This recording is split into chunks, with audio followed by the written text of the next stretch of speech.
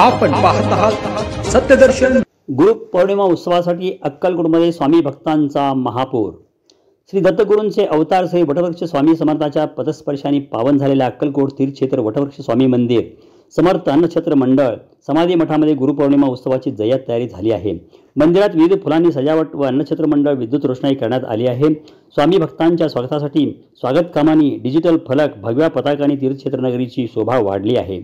गुरुपौर्णिमा उत्सवासाठी 5 लाख भाविक येण्याचा अंदाज आहे।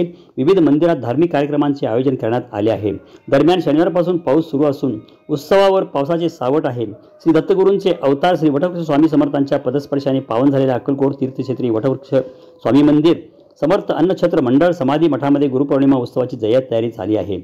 मंदिरात विविध फुलांनी सजावट व अन्नछत्र मंडळ विद्युत रोषणाई करण्यात आली आहे। स्वामी भक्तांच्या स्वागतासाठी स्वागत कामानी डिजिटल फलक भगव्या पताकाने तीर्थक्षेत्र नगरीची शोभा वाढली आहे। गुरुपौर्णिमा उत्सवासाठी 5 लाख भाविक येण्याचा अंदाज आहे। विविध मंदिरात धार्मिक कार्यक्रमाचे आयोजन करण्यात आले आहे। दरम्यान शनिवारपासून पाऊस सुरू असून उत्सवावर पावसाचे सावट आहे। गुरुपौर्णिमा उत्सवासाठी अक्कलकोटमध्ये मोठ्या प्रमाणात भाविक दाखल झाले आहेत। स्वामी समर्थ अन्नछत्र मंडळ विद्युत रोषणाईने सजले आहे। वटवृक्ष देवस्थान समाधी मठ आकर्षक फुलांनी सजविण्यात आला आहे। स्वामी भक्तांनी अक्कलकोट तीर्थक्षेत्र फुलले असून स्वामी नामाचा जयघोष सुरू आहे। श्री स्वामी समर्थ अन्नछत्र मंडळाच्या वतीने विविध धार्मिक कार्यक्रमाचे आयोजन केले आहे।